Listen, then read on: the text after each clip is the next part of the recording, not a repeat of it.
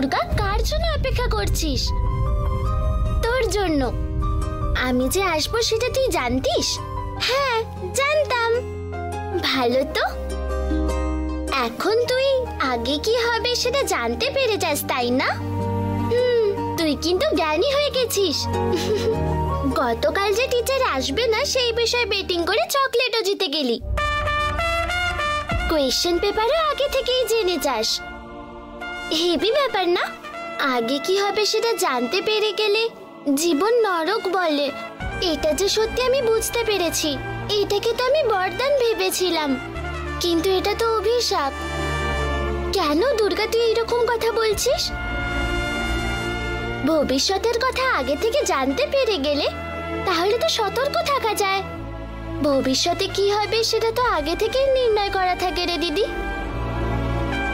ওটা আগে জানতে পারলেও বদলানো সম্ভব না।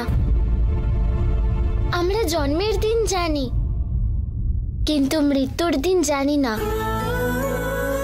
আমরা বাড়ি থেকে বেরোবো জানি, যেখানে যাচ্ছি সেখানে পৌঁছাবো সেটাও আমরা জানি। মৃত্যুর দিন আমরা জানতে পেরে গেলে বাঁচতেই পারবো না। আমাদের লক্ষ্য পূরণ হবে না জানলে আমরা তো চেষ্টাই করব না। এই যে মায়ের আর ভৈরব আঙ্কেলের যে বিজনেসের ব্যাপারে ঝগড়া হবে সেটা আমি জানি, কিন্তু এটা জানার পর থেকে আমি ঠিক করে ঘুমাতেই পারছি না। কিরকম একটা মন খারাপ করছে। ওদের দুজনের মাঝখানে ঝগড়া হবে সেটা তো সম্ভবই নয় রে দুর্গা।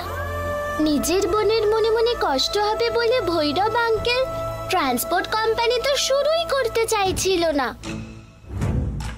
দাদা এই ধরনের বাস রুট পেয়েছিল বলে বোনের জন্য ছেড়েই দিল।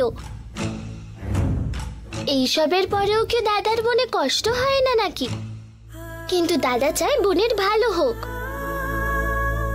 এইসবের পরেও দুজনের মধ্যে ঝগড়া কি করে হতে পারে?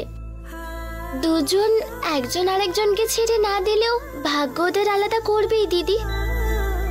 দুজনের মধ্যে মিসআন্ডারস্ট্যান্ডিং হবে, ওদের সম্পর্ক নষ্ট হয়ে যাবে।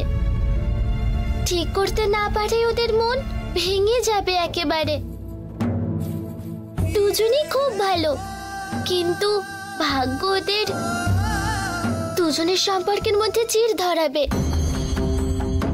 এগুলো ওদের ভুগতেই হবে, এটা বদলানো সম্ভব না।